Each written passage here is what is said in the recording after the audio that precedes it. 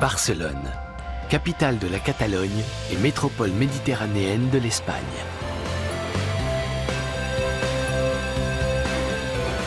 Après Paris, c'est la ville la plus densément peuplée d'Europe.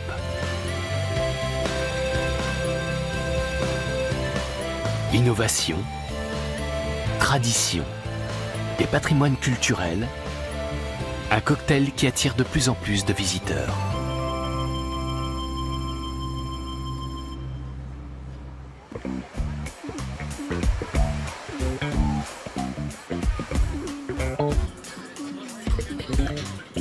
La longue plage de Barcelone n'est plus seulement le rendez-vous des habitués. Pour l'illustrateur français Lapin, elle est une source d'inspiration inépuisable. Il a fait de Barcelone sa ville d'adoption.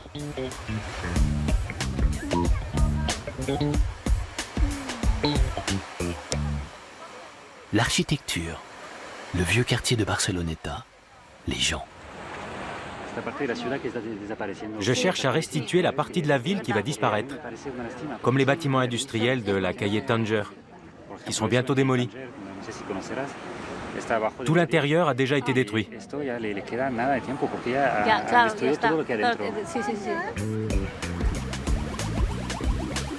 Je suis vraiment amoureux de la ville. Le tout premier livre s'appelait Barcelona Te Quiero. C'est difficile à expliquer, c'est une alchimie, c'est ce qui fait qu'à chaque fois que je reviens à Barcelone, j'ai la sensation d'être chez moi.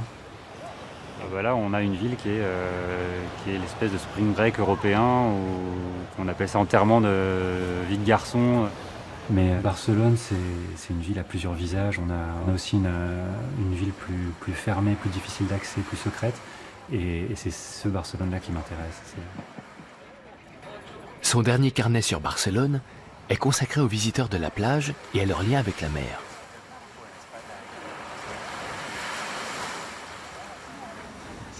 Tu as un regard d'une douceur incroyable.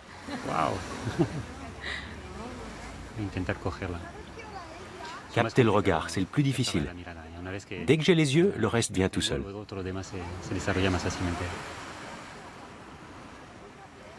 Lorsqu'il ne travaille pas pour des agences de publicité, Lapin part dessiner en plein air. Et n'hésite pas à engager la conversation avec ses modèles. La mer, c'est toute ma vie. Sans la mer, je crois que je mourrais. Parfois, je suis triste en partant de chez moi, et dès que j'arrive ici, je retrouve le moral. Je me sens devenir quelqu'un d'autre. C'est bien. Et il y a même la montre. Elle est cool, d'autant que c'est une montre de plongée. C'est très beau. Je sentais qu'ici, il y avait beaucoup moins de stress, les gens prennent le temps de vivre. C'est vrai que c'est plus humain, plus chaleureux.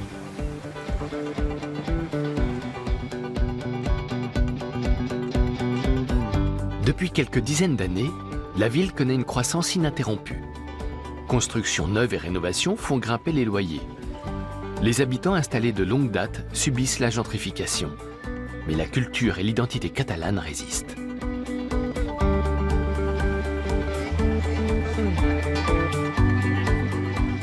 Ana González Simón est originaire du centre de l'Espagne. Elle est acheteuse dans le textile et vit à Barcelone depuis 4 ans. On dit que les Catalans sont radins, que les Catalans sont renfermés, qu'ils ne veulent pas faire partie de l'Espagne, que les Catalans ne veulent pas être considérés comme des Espagnols.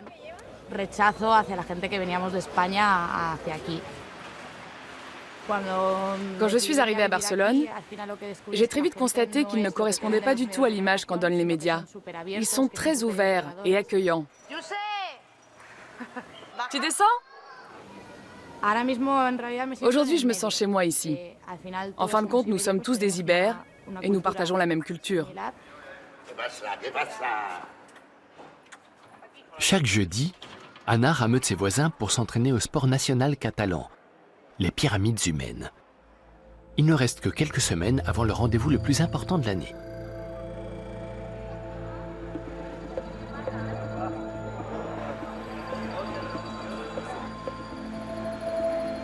Bien qu'elle ne soit pas catalane, le club l'a choisie pour entraîner l'équipe.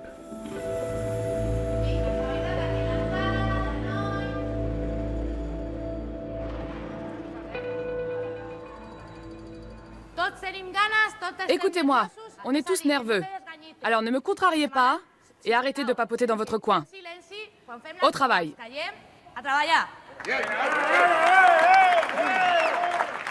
Pour bâtir une tour humaine, il faut 4 choses. De la force, de l'équilibre, du courage et du bon sens. On peut être aussi fort qu'on veut, sans jugeote, on n'arrivera jamais à construire une tour. Silence! Tout le monde en place?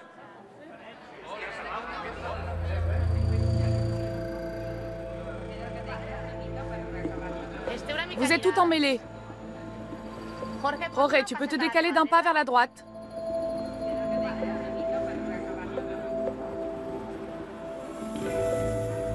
Tous ensemble. Un par un. Plus serré. Debout. Tenez-vous fort. Bien. Plus de tension dans le coin. La confiance est primordiale. Chacun doit pouvoir compter sur les autres. On n'y arrive qu'ensemble. Parfois, quand on grimpe, on a peur de tomber. Il faut rester très concentré.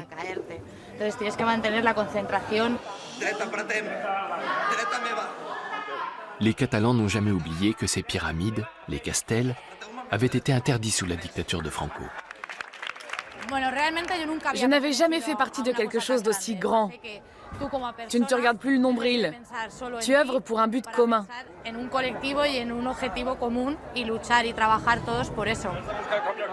Lors des pauses, les discussions vont bon train, tant sur l'entraînement que sur le particularisme catalan.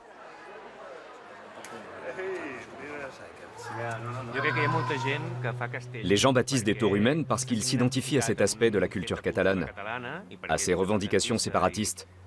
Ces pyramides sont une façon pour nous de défendre nos traditions. Pour le peuple, l'indépendance signifie la liberté de perpétuer sa culture et ses traditions.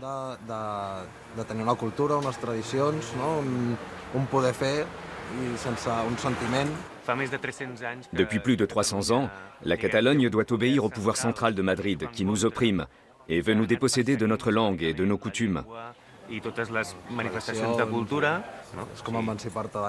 L'indépendance, c'est comme quitter le cocon familial. Il faut respecter ce choix. La majorité des Catalans aspirent à l'indépendance. Mais Madrid campe sur ses positions et refuse toute sécession.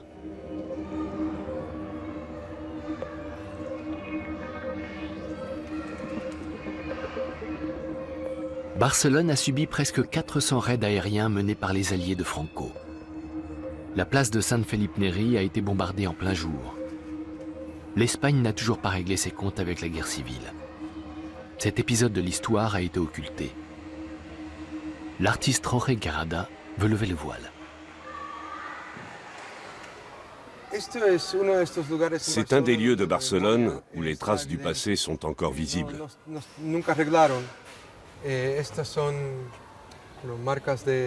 Ce sont des impacts de tir.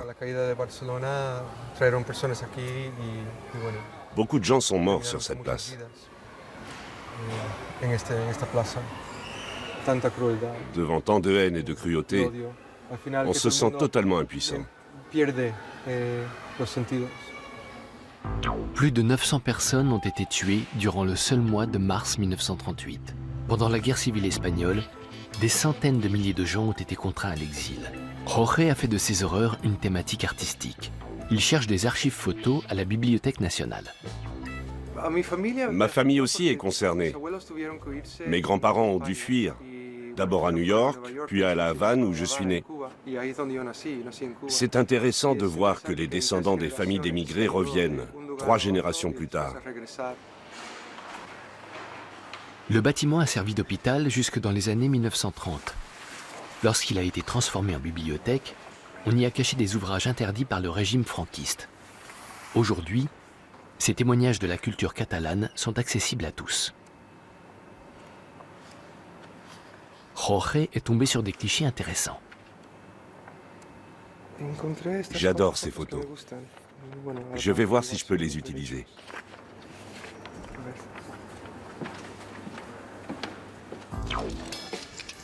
Jorge Guerrada s'est fait un nom sur la scène artistique barcelonaise en s'attaquant à des tabous solidement établis.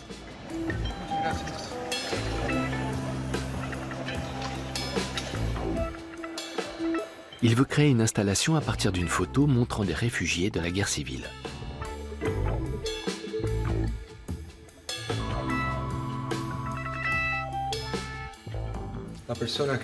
On doit avoir l'impression que la personne regarde le passé. Le souvenir surgit dans son regard. De loin, on dirait un reflet dans les pupilles qui montre la réalité de ce qui est vu.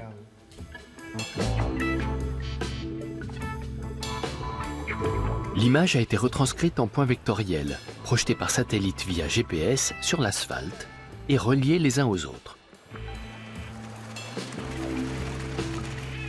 Jorge a baptisé la fresque « Recordar », se souvenir, pour que les crimes de tous les belligérants soient enfin reconnus.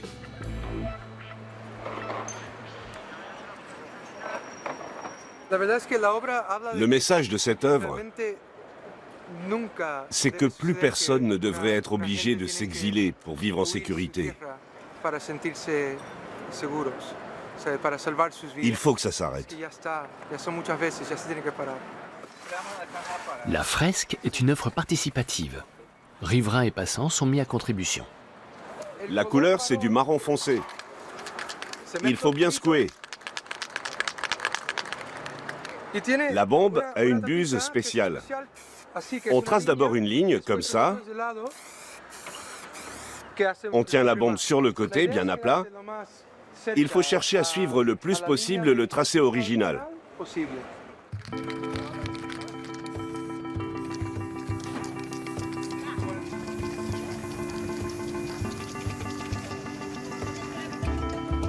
L'installation occupe une place en plein centre. C'est un premier pas vers le devoir de mémoire.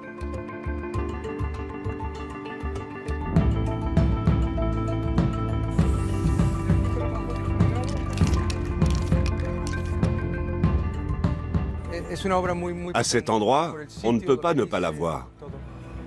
Je vais continuer à travailler jusqu'à ce que j'ai terminé, quitte à finir dans la nuit. Demain, on verra ce que ça donne à la lumière du jour.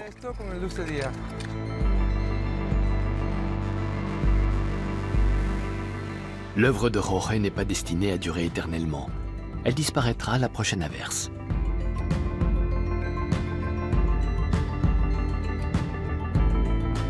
Après la période de stagnation de l'ère franquiste, la ville opte depuis la fin des années 1980 pour une architecture futuriste.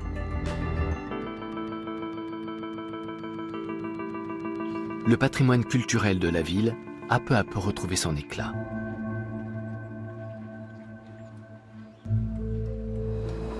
Le 10 juin est la date anniversaire d'un tragique accident. C'est ici qu'en 1926, un vieil homme se fait renverser par un tramway.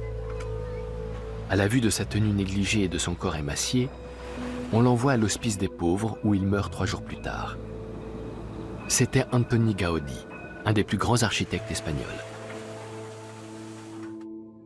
Son chef-d'œuvre, la Sagrada Familia, n'est toujours pas achevé.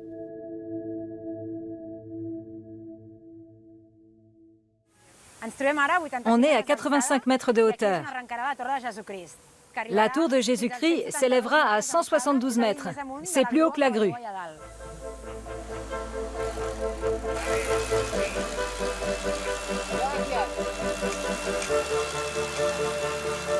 La fin des travaux est prévue pour le centenaire de la mort de Gaudí en 2026.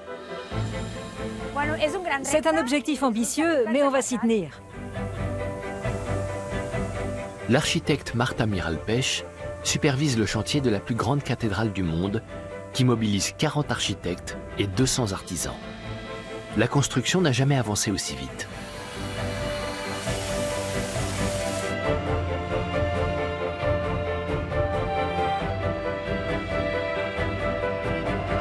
L'esthétique de la Sagrada Familia est impressionnante.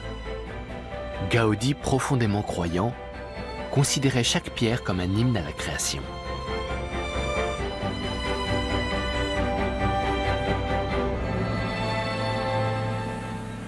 Marcher dans les pas de Gaudí avec sa géométrie si complexe, c'est fascinant. Quand on a commencé, on ne peut plus s'arrêter. Antoni Gaudí était le principal représentant du modernisme, une variante catalane de l'Art nouveau. Il a 31 ans lorsqu'il se voit confier l'édification d'une église gothique. Mais il se détourne du projet initial et opte pour une architecture radicalement nouvelle.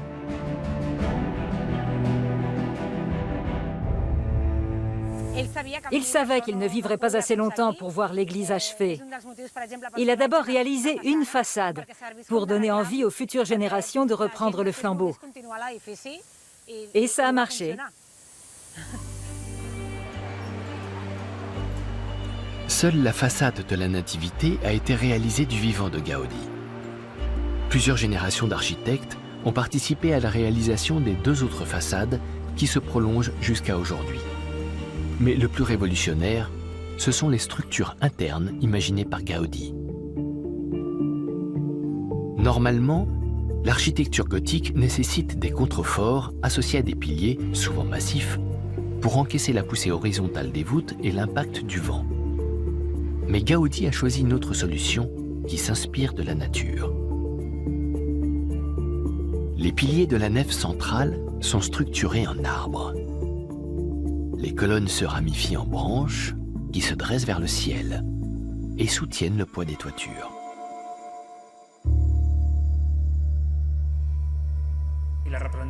C'est censé symboliser le feu. Comment représente-t-on le feu? Dans l'atelier, à l'intérieur de la basilique, Albert Portoles reconstitue une maquette de la Sagrada Familia. Nous n'inventons strictement rien. Nous ne faisons que suivre la voie tracée par Gaudí.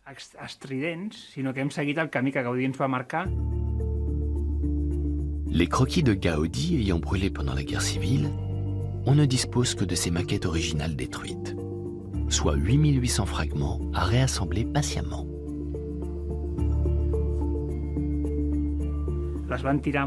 Les maquettes avaient été jetées dans une fosse. On les a récupérées et étudiées une par une. Vitraux, voûtes, plafonds, tours. Tout ce que nous voyons ici a été répertorié. C'est comme si quelqu'un avait brisé un verre, éparpillé les morceaux et qu'il fallait les recoller. Mais là, il s'agit de reconstituer le service complet. Déchiffrer les plans de Gaudí a nécessité un travail long et minutieux.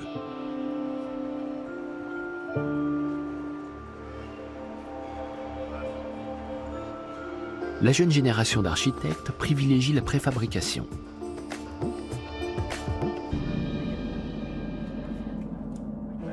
Gaudí utilisait la pierre.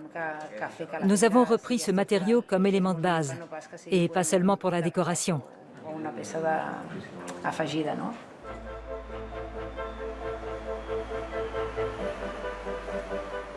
Un convoi spécial transportant une partie de la tour des évangélistes fait route vers Barcelone. Chaque pièce a été fabriquée à la machine. 21 tonnes de blocs de pierre assemblés par des inserts en acier. Seule la surface a été sculptée à la main par des tailleurs de pierre. L'achèvement de la plus haute cathédrale du monde semble enfin réaliste. On est déjà demain.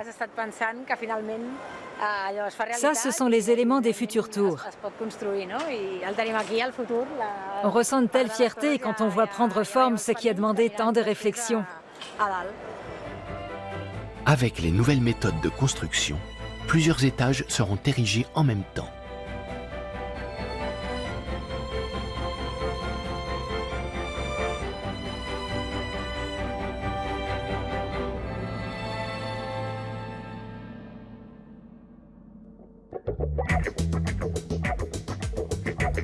La plus importante rénovation urbaine de Barcelone a été lancée à l'occasion des Jeux Olympiques de 1992.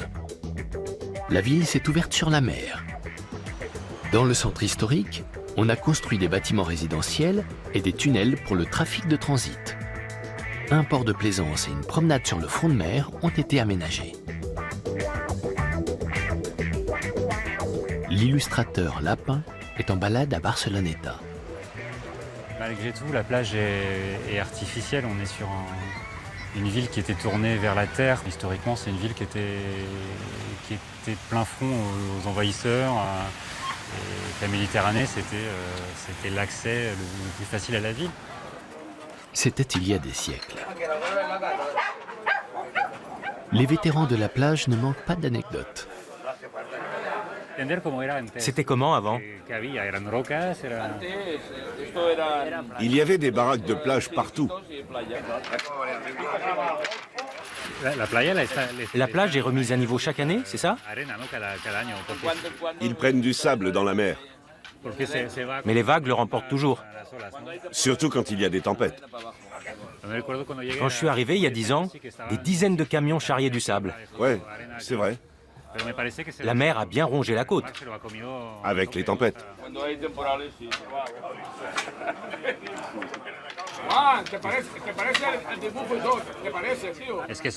Je peins chacun tel qu'il est. Je fais ça pour moi, pour ma chronique de Barcelone, de ses habitants, du quartier.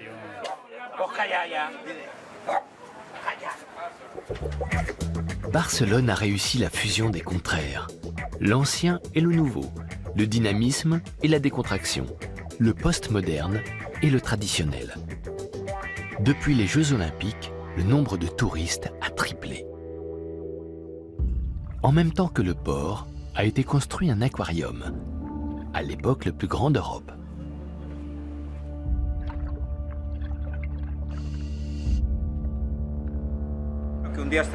Un jour, j'étais en train de nourrir les requins. L'un d'eux s'est approché par derrière et m'a mordu à l'épaule. La combinaison en néoprène m'a sauvé, mais elle était fichue.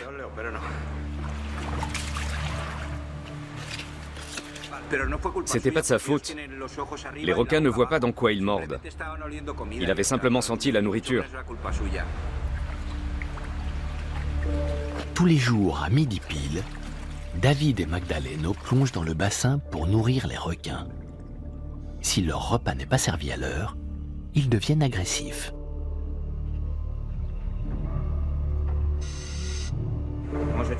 Nous avons essayé divers poissons.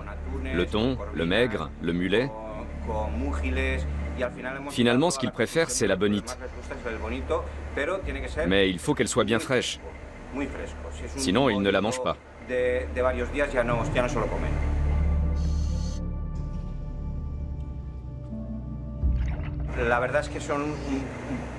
Ils sont gâtés, ces requins. On leur propose quasiment un menu à la carte.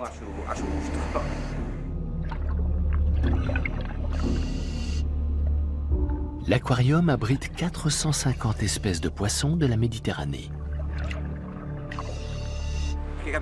J'adore les animaux. Puisqu'ils doivent vivre ici, autant leur rendre la vie la plus agréable possible. Mais ma priorité, c'est d'améliorer la relation entre les hommes et les requins. Après les requins, c'est une pieuvre qui lui donne du fil à retordre.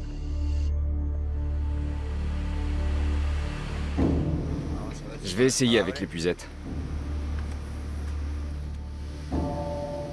Elle dévore une congénère morte. Les pieuvres sont cannibales. David est responsable de la santé de chaque animal. Il tente d'arracher sa proie à la pieuvre. Elle ne la mangera pas en entier, seulement un petit morceau. Mais elle va jouer avec. Elle nous observe. Si elle était stressée, elle aurait déjà craché de l'encre. Les pieuvres sont des animaux très intelligents.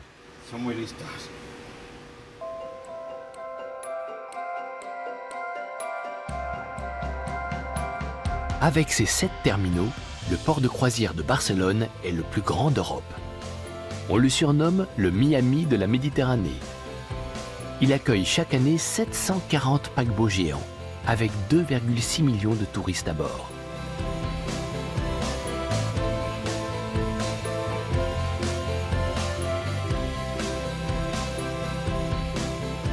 Le quartier de Poblenou, dans le nord-est de Barcelone, est le berceau de la richesse de la ville. Au XIXe siècle, Il abritait la plus forte concentration industrielle de toute l'Espagne. Aujourd'hui, c'est un quartier branché, un incubateur technologique et un haut lieu de la mode. Ici, vous avez 2 boutons reliés par 2 fils électriques, un fil positif et un fil négatif, qui courent tout le long du corps. Un module de commande raccorde le circuit électrique au Wi-Fi. Anastasia Pistofidou crée des vêtements qui font plus que tenir chaud.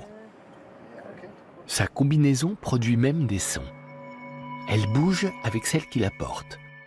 Le tissu réagit à la tension musculaire et la relaie sous forme d'impulsions électriques. Elle pourrait également mesurer la température cutanée et rafraîchir le corps par forte chaleur.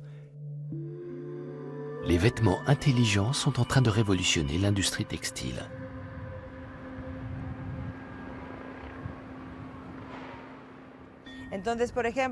On peut aussi programmer un système d'entrée et de sortie de données. Par exemple, des capteurs mesurent le taux d'humidité de la terre des plantes d'intérieur et, si besoin est, l'arrosage automatique se met en route. Ou alors, ils mesurent le taux d'humidité ambiante et les volets roulants se ferment.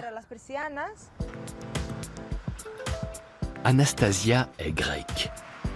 Elle est arrivée à Barcelone il y a 7 ans pour promouvoir au sein d'un Fab Lab, ou laboratoire de fabrication, l'intelligence artificielle des matériaux. Elle travaille en collaboration avec des scientifiques et des programmeurs. Les recherches sont financées par des universités internationales.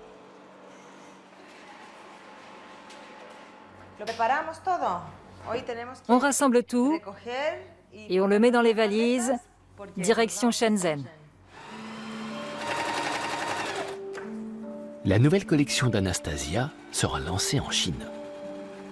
En ce moment, elle travaille sur des fibres capables de stocker l'énergie et de transmettre des informations.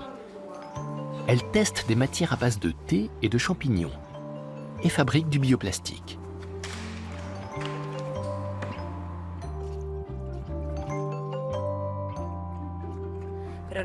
Ce qui est important, c'est qu'il soit biodégradable. Il se dissout quand il pleut. Anastasia concocte un mélange à base d'eau, de gélatine et de thermopigments qui réagit à la température corporelle. Lorsqu'il sera exposé au soleil, le tissu deviendra blanc. Si on le pose sur la peau, on voit aussitôt ce qui se passe.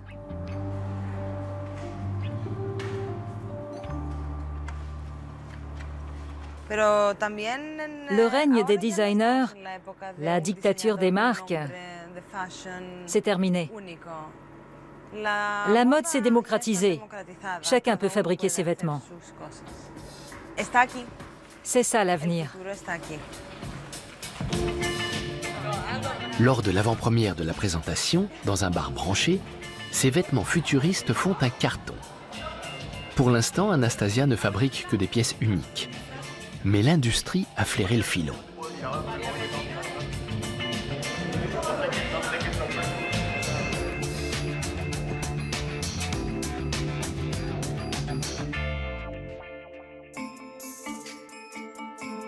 Barcelone investit dans tout ce qui est tendance.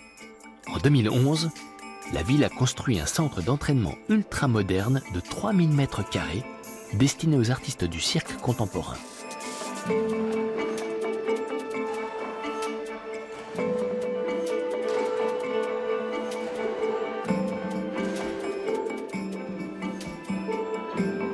Tony Gutiérrez avait 21 ans et faisait des études de biologie lorsqu'il a décidé de réaliser un rêve.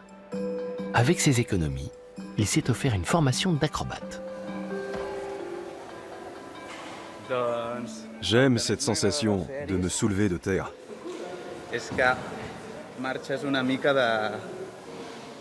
C'est une façon de m'échapper du quotidien.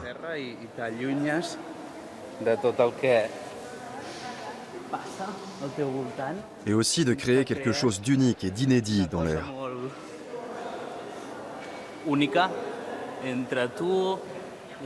L'air est mon élément.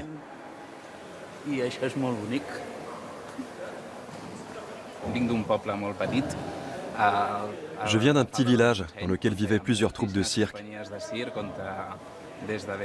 Quand j'étais petit, je regardais leurs spectacles dans la rue. C'était mes héros, en plus de ceux des bandes dessinées.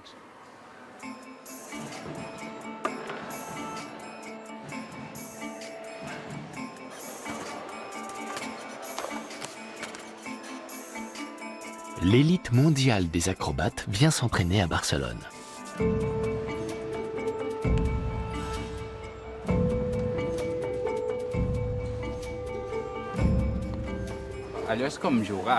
C'est comme quand tu es petit et que tu te retrouves avec tes copains pour jouer sur la place du village. Tout le monde fait un peu n'importe quoi et tu observes lequel va tirer son épingle du jeu et lequel y arrive moins bien. On aime prendre des risques.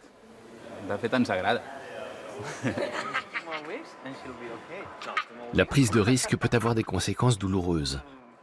Tony et sa partenaire de trapèze Asvin s'étaient entraînés durant des mois pour la première qui a eu lieu ce week-end. J'étais allongé par terre et la tenais par les mains. Elle est montée et s'est tournée pour se mettre en position. Il a crié. Mais je n'ai pas pu dégager mon pied à temps. La barre est retombée en plein sur mes orteils. J'en ai 2 de cassés.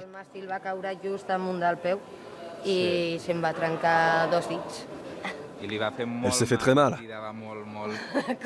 Elle hurlait comme un cochon qu'on emmène à l'abattoir. Les accidents et leurs conséquences menacent l'existence même des acrobates. Pour moi, c'est très sérieux. La personne avec laquelle je travaille et qui est chère à mon cœur s'est blessée. Je suis en partie responsable, même si personne ne le dira ouvertement. Et je culpabilise énormément. Il faut que je me détende et que je me persuade que je pourrai bientôt reprendre la préparation.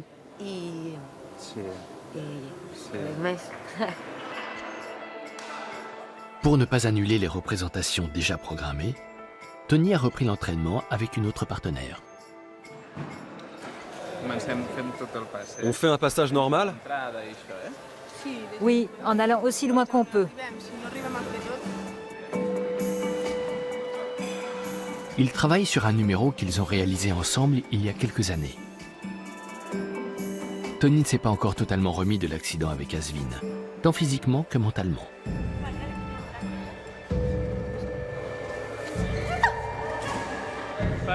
Désolé. C'est rien. Ça ne m'était jamais arrivé. Chaque jour, tu essaies d'aller un peu plus loin, jusqu'à ce que tu réussisses une figure que tu n'aurais jamais cru possible. C'est une sorte de quête.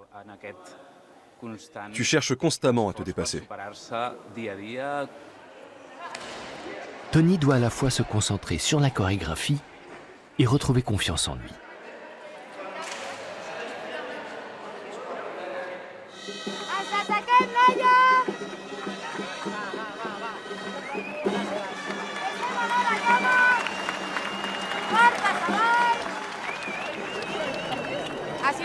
Je peux pas regarder. Les concours de pyramides humaines qui opposent les différents quartiers de Barcelone se déroulent sur la place de l'Hôtel de Ville.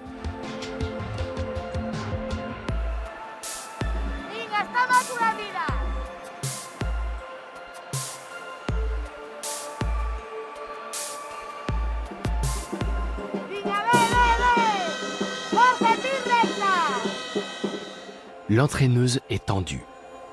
Anna veut bâtir une tour de 8 étages.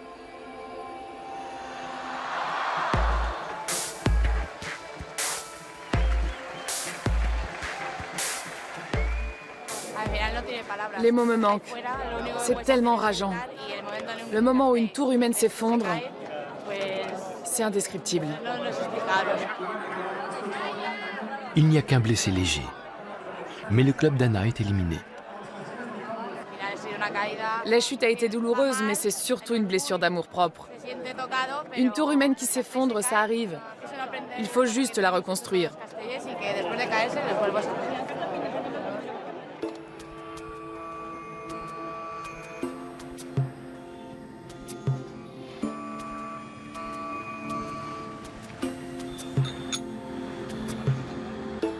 Aujourd'hui, Lapin dessine dans le Vieux-Port.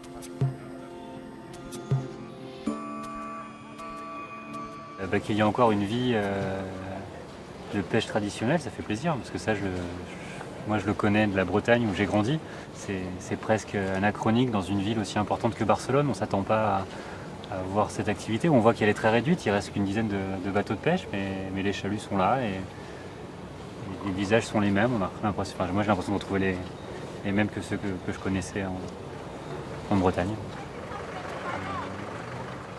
Je pense qu'autant le port de pêche comme le port industriel, c'est des endroits qui sont pas du tout dans la ville. Ils sont en train d'ailleurs d'être repoussés petit à petit pour être évincés du centre touristique. Un petit hangar fait office de crier. Les chefs achètent aux enchères la pêche du jour. Les poissons passent à toute vitesse devant. J'ai essayé juste de choper là, une lotte au passage, des anguilles, un poulpe, il y avait des gambas. Et ce qui était drôle de voir, derrière, c'était les gradins, un genre de spectacle. On avait l'impression qu'ils étaient en train d'assister à une représentation devant ce passage de la pêche. Bien vu. La pêche est aussi bonne qu'avant. Non, beaucoup moins. Avant, il y avait plus de bateaux. Oui, toute une flottille. Il n'en reste que 12 aujourd'hui. J'en possède un, le Franceschi Luis.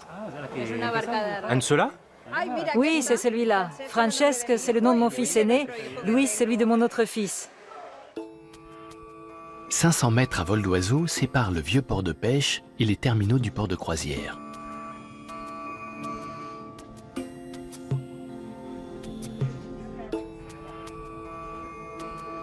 C'est un Barcelone qui est en train de disparaître au profit d'un tourisme massif. On est juste sur une continuité de franchise, de fast-food. Heureusement, il y a une autre ville derrière qui reste encore authentique. Et ça crée un déséquilibre, une disproportion qui fait que les Barcelonais sont les premiers à souffrir et à se plaindre de cet afflux massif de tourisme. Ça crée un ras-le-bol, oui, c'est sûr.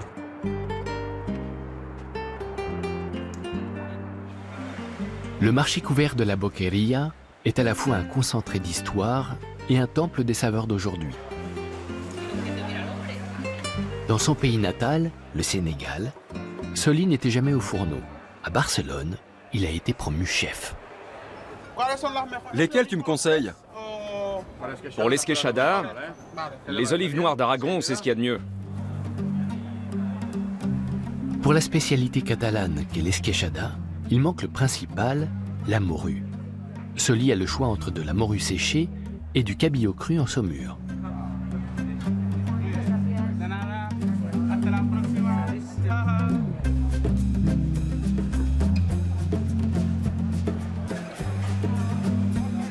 Le Mescladis, situé au cœur de la vieille ville, est un restaurant à but non lucratif qui forme des réfugiés à la cuisine. Soli dirige une équipe de 12 personnes.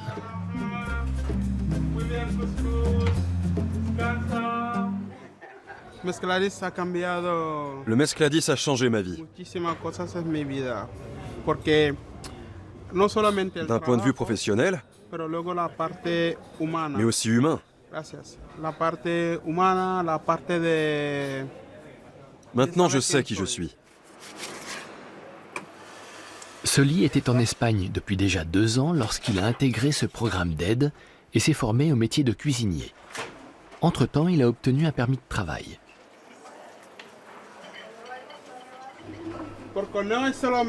Tu ne fais pas que cuisiner. Tu donnes à manger aux gens. Pour moi, c'est comme un rituel.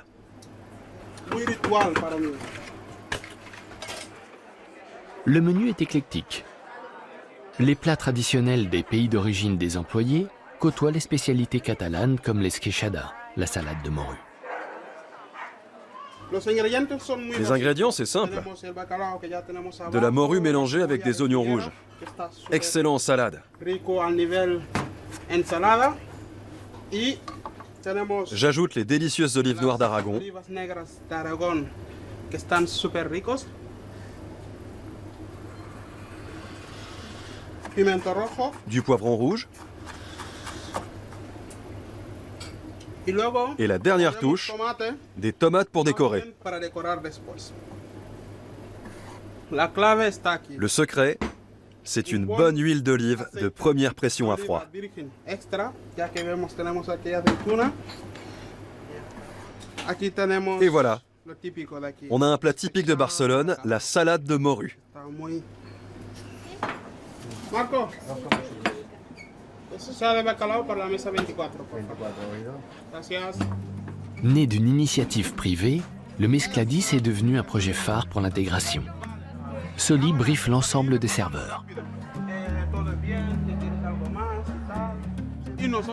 On accueille tout le monde avec gentillesse et avec le sourire. On leur montre que c'est un endroit spécial.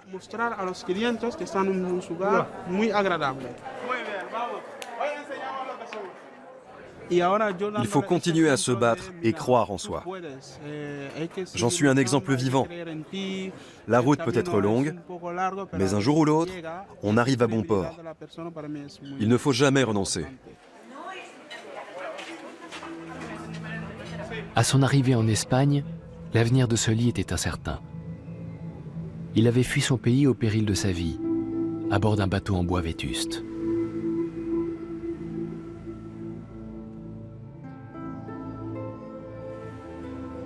Je ne sais pas nager, mais vraiment pas du tout.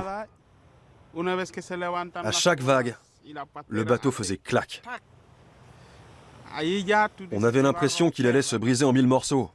5 jours sur un bateau à se demander, s'il coule, qu'est-ce que je vais faire? Soli a eu de la chance. Contrairement à beaucoup d'autres, il a fini par fouler la terre ferme. Barcelone lui a offert une vraie chance. Il a démarré une nouvelle vie dans la capitale de la Catalogne. Pour beaucoup de gens, la plage est un endroit où on vient pour se détendre. Mais pour moi, ça a une toute autre signification. La mer, c'est un peu comme une agence de voyage. Elle a changé ma vie. C'est elle qui m'a amené là où je suis aujourd'hui.